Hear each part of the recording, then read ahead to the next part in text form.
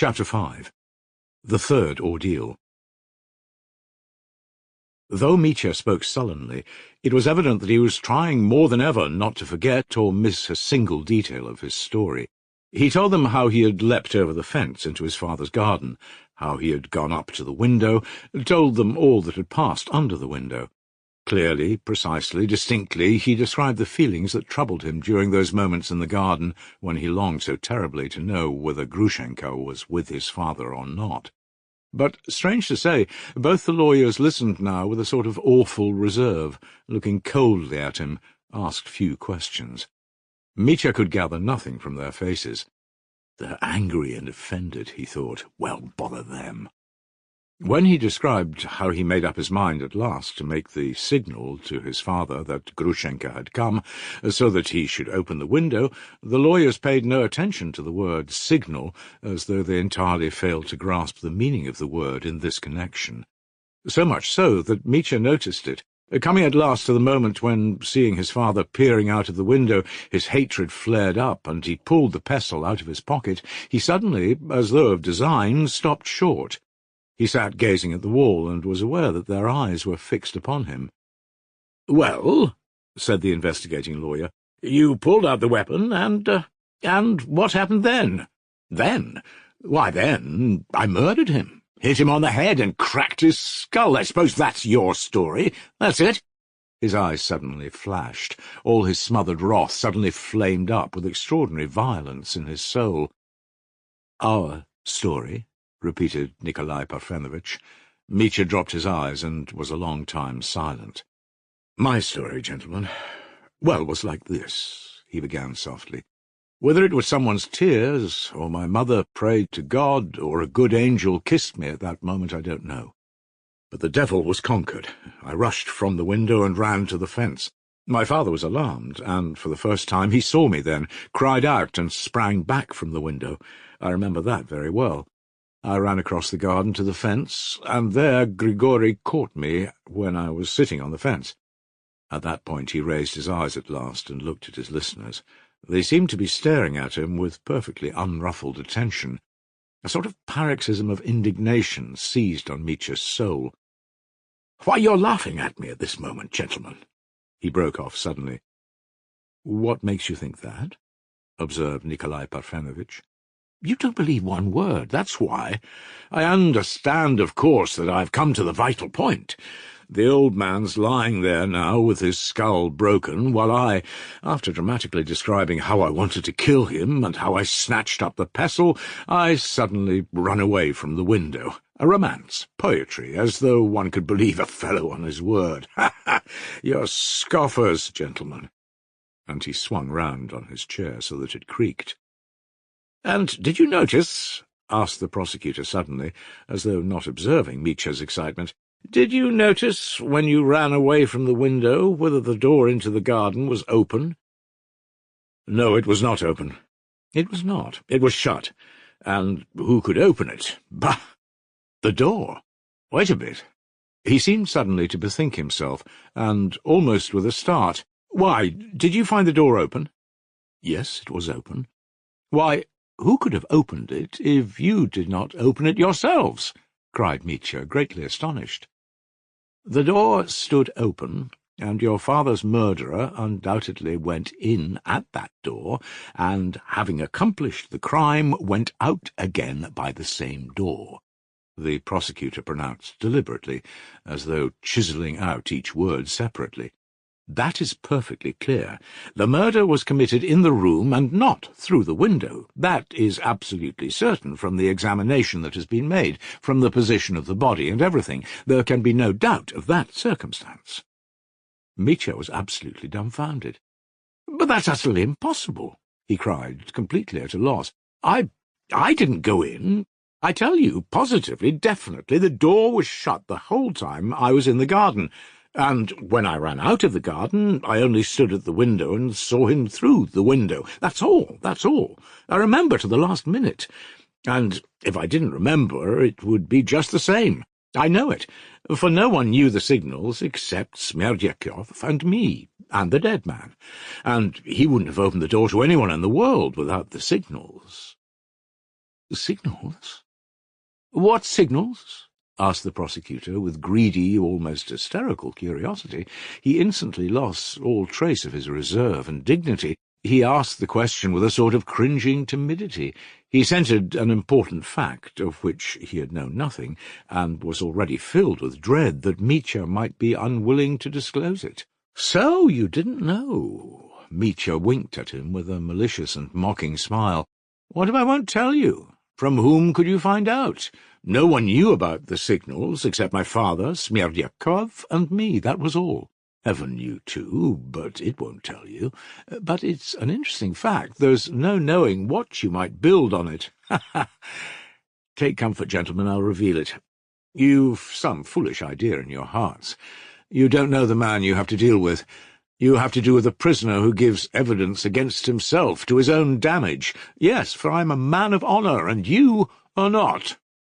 The prosecutor swallowed this without a murmur. He was trembling with impatience to hear the new fact. Minutely and diffusely, Mitya told them everything about the signals invented by Fyodor Pavlovitch for Smerdyakov.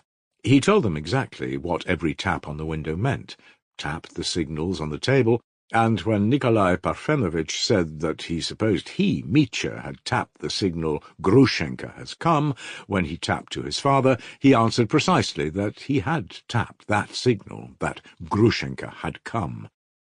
"So now you can build up your tower," Mitya broke off, and again turned away from them contemptuously. "So no one knew of the signals but your dead father, you, and the valet Smerdyakov? And no one else?" Nikolai Parfenovitch inquired once more. "Yes, the valet Smerdyakov, and heaven.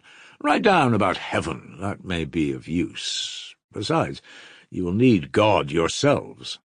And they had already, of course, begun writing it down. But while they wrote, the prosecutor said suddenly, as though pitching on a new idea, "But if Smerdyakov also knew of these signals, and you absolutely deny all responsibility for the death of your father, was it not he, perhaps, who knocked the signal agreed upon, induced your father to open to him, and then committed the crime?" Mitya turned upon him a look of profound irony and intense hatred. His silent stare lasted so long that it made the prosecutor blink. "You've caught the fox again," commented Mitya at last. "You've got the beast by the tail. Ha ha! I see through you, Mr. Prosecutor. You thought, of course, that I should jump at that, catch at your prompting, and shout with all my might, 'Aye, it's Smerdyakov, he's the murderer.' Confess, that's what you thought. Confess, and I'll go on." But the prosecutor did not confess. He held his tongue and waited. "You're mistaken. I'm not going to shout, 'It's Smerdyakov,'" said Mitya. "And you don't even suspect him? Why, do you suspect him?" "He is suspected, too." Mitya fixed his eyes on the floor. "Joking apart," he brought out gloomily, "listen. From the very beginning, almost from the moment when I ran out to you from behind the curtain, I've had the thought of Smerdyakov in my mind. I've been sitting here, shouting that I'm innocent, and thinking all the time, Smerdyakov. I can't get Smerdyakov out of my head. In fact, I too thought of Smerdyakov just now, but only for a second. Almost at once I thought, no, it's not Smerdyakov. It's not his doing, gentlemen." "In that case, is there anybody else you suspect?" Nikolai Parfenovitch inquired cautiously. "I don't know anyone it could be, whether it's the hand of heaven or of Satan, but not Smerdyakov," Mitya jerked out with decision. "But what makes you affirm so confidently and emphatically that it's not he?" "From my conviction, my impression. Because Smerdyakov is a man of the most abject character, and a coward. He's not a coward, he's the epitome of all the cowardice in the world, walking on two legs. He has the heart of a chicken. When he talked to me, he was always trembling for fear I should kill him, though I never raised my hand against him. He fell at my feet and blubbered. He has kissed these very boots, literally beseeching me not to frighten him. Do you hear? Not to frighten him. What a thing to say. Why, I offered him money. He's a puling chicken, sickly, epileptic, weak-minded. A child of 8 could thrash him. He has no character worth talking about. It's not Smerdyakov, gentlemen. He doesn't care for money. He wouldn't take my presents. Besides, what motive had he for murdering the old man? Why, he's very likely his son. You know, his natural son. Do you know that? We have heard that legend. But you are your father's son too, you know. Yet you yourself told everyone you meant to murder him. That's a thrust, a nasty, mean one, too. I'm not afraid. Oh, gentlemen, isn't it too base of you to say that to my face? It's base, because I told you that myself. I not only wanted to murder him, but I might have done it. And what's more, I went out of my way to tell you of my own accord that I nearly murdered him. But you see, I didn't murder him. You see, my guardian angel saved me. That's what you've not taken into account, and that's why it's so base of you. For I didn't kill him. I didn't kill him, do you hear? I did not kill him. He was almost choking. He had not been so moved before during the whole interrogation. And what has he told you, gentlemen? Smerdyakov, I mean, he added suddenly after a pause. May I ask that question? You may ask any question, the prosecutor replied with frigid severity. Any question relating to the facts of the case, and we are, I repeat, bound to answer every inquiry you make.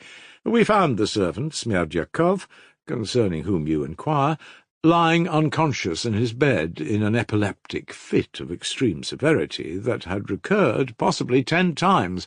The doctor who was with us told us, after seeing him, that he may possibly not outlive the night. Well, if that's so, the devil must have killed him, broke suddenly from Mitya, as though until that moment he had been asking himself, was it Smerdyakov or not? We will come back to this later, Nikolai Parfenovitch decided. Now, wouldn't you like to continue your statement? Mitya asked for a rest. His request was courteously granted. After resting, he went on with his story, but he was evidently depressed. He was exhausted, mortified, and morally shaken. To make things worse, the prosecutor exasperated him, as though intentionally by vexatious interruptions about trifling points. Scarcely had Mitya described how, sitting on the wall, he had struck Grigori on the head with the pestle while the old man had hold of his left leg, and how he then jumped down to look at him, when the prosecutor stopped him to ask him to describe exactly how he was sitting on the wall.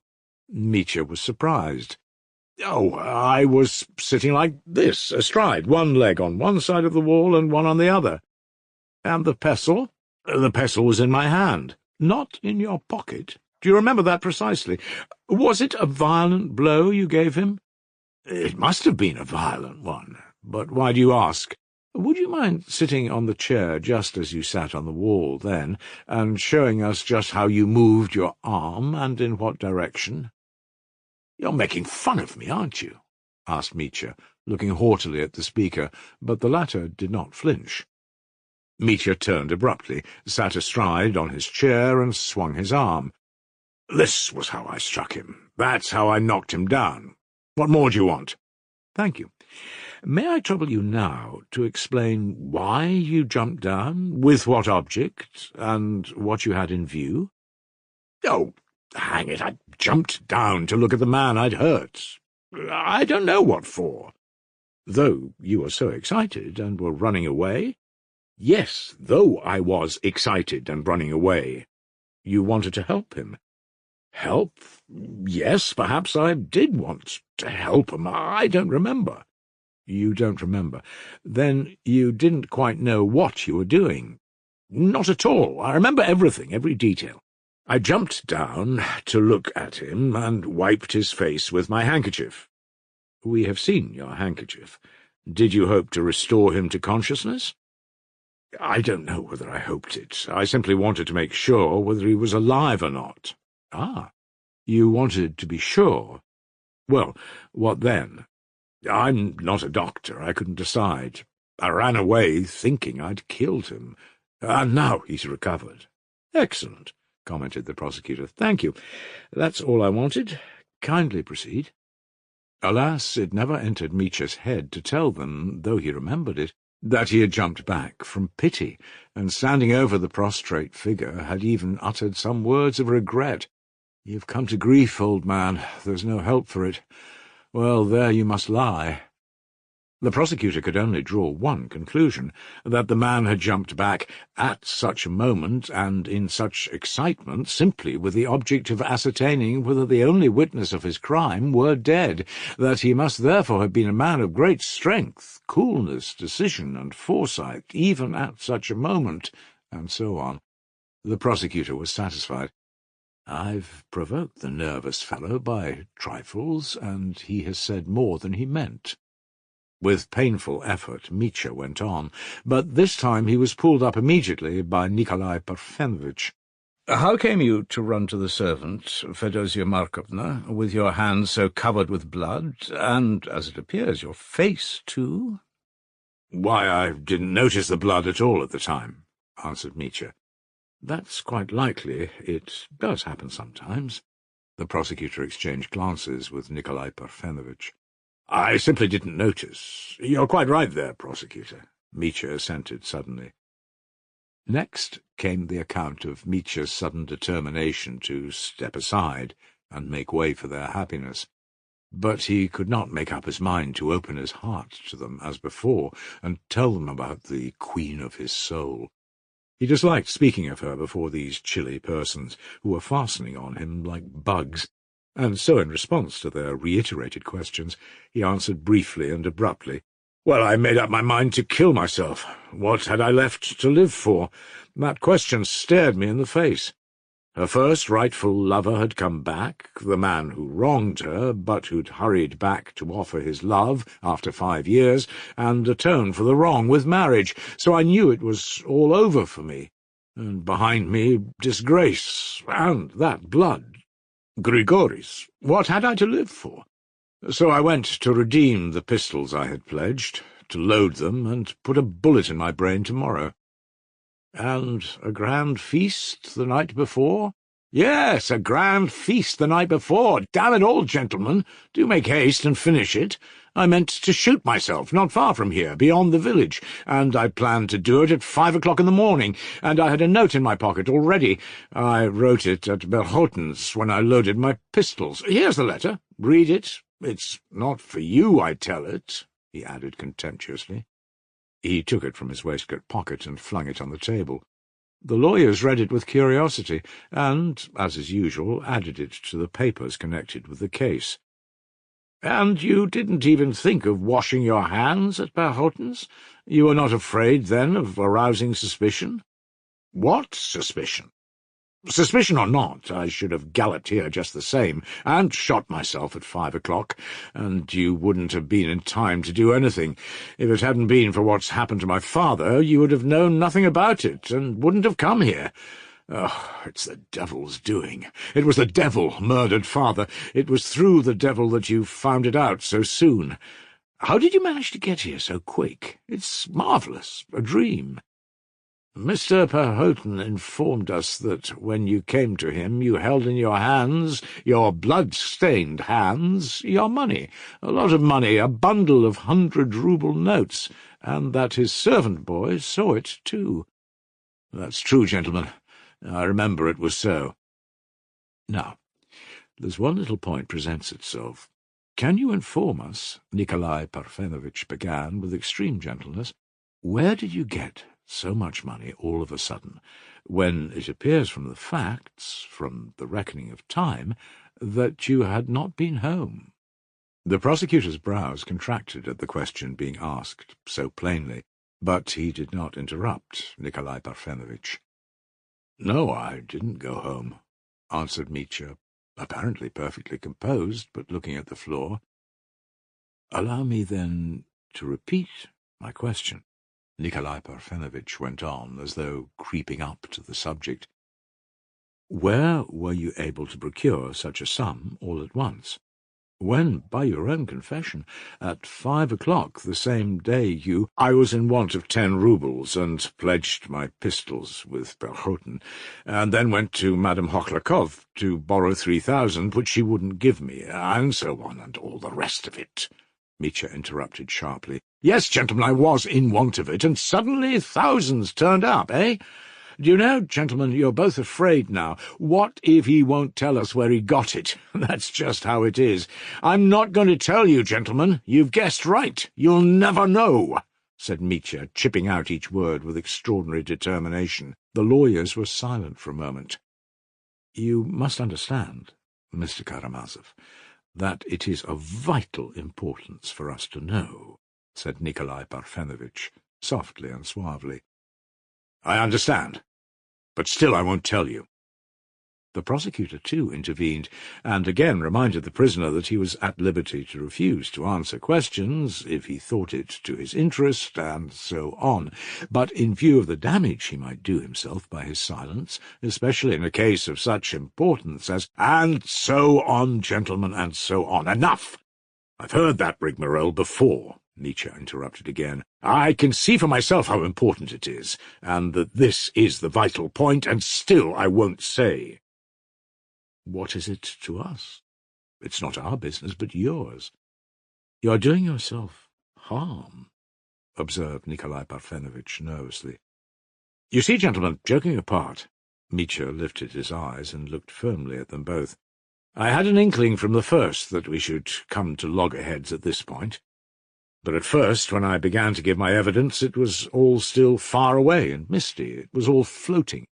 And I was so simple that I began with the supposition of mutual confidence existing between us.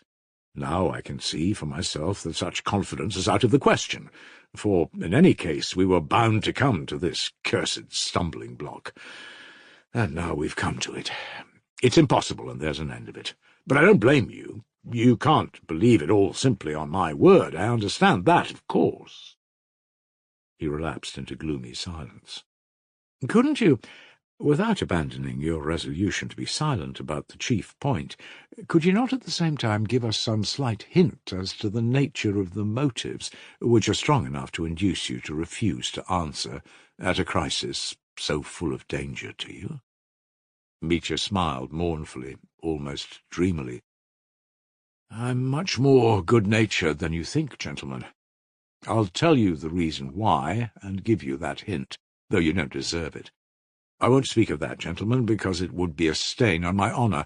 The answer to the question where I got the money would expose me to far greater disgrace than the murder and robbing of my father, if I had murdered and robbed him. That's why I can't tell you. I can't for fear of disgrace. What, gentlemen, are you going to write that down?" "Yes, we'll write it down," lisped Nikolai Parfenovitch. "You ought not to write that down about disgrace. I only told you that in the goodness of my heart. I needn't have told you. I made you a present of it, so to speak, and you pounce upon it at once. Oh, well, write what you like," he concluded with scornful disgust. "I'm not afraid of you, and I can still hold up my head before you." "And can't you tell us the nature of that disgrace?" Nikolai Parfenovitch hazarded. The prosecutor frowned darkly. No, c'est fini. Don't trouble yourselves. It's not worth while soiling one's hands. I have soiled myself enough through you as it is. You're not worth it. No one is. Enough, gentlemen, I'm not going on." This was said too peremptorily. Nikolai Parfenovitch did not insist further, but from Ippolit Kirillovitch's eyes he saw that he had not given up hope. "Can you not at least tell us what sum you had in your hands when you went into Mr. Perhotin's? How many roubles exactly?" "I can't tell you that." "You spoke to Mr. Perhotin, I believe, of having received 3,000 from Madame Hochlakov." "Perhaps I did. Enough, gentlemen, I won't say how much I had." "Will you be so good, then, as to tell us how you came here and what you have done since you arrived?" "Oh, you might ask the people here about that, but I'll tell you if you like." He proceeded to do so, but we won't repeat his story. He told it dryly and curtly. Of the raptures of his love he said nothing, but told him that he abandoned his determination to shoot himself owing to new factors in the case. He told the story without going into motives or details, and this time the lawyers did not worry him much. It was obvious that there was no essential point of interest to them here. "We shall verify all that. We will come back to it during the examination of the witnesses, which will, of course, take place in your presence," said Nikolai Parfenovitch in conclusion. "And now, allow me to request you to lay on the table everything in your possession, especially all the money you still have about you." "My money, gentlemen? Certainly. I understand that that is necessary. I'm surprised, indeed, that you haven't inquired about it before. It's true I couldn't get away anywhere. I'm sitting here where I can be seen. But here's my money. Count it. Take it. That's all, I think."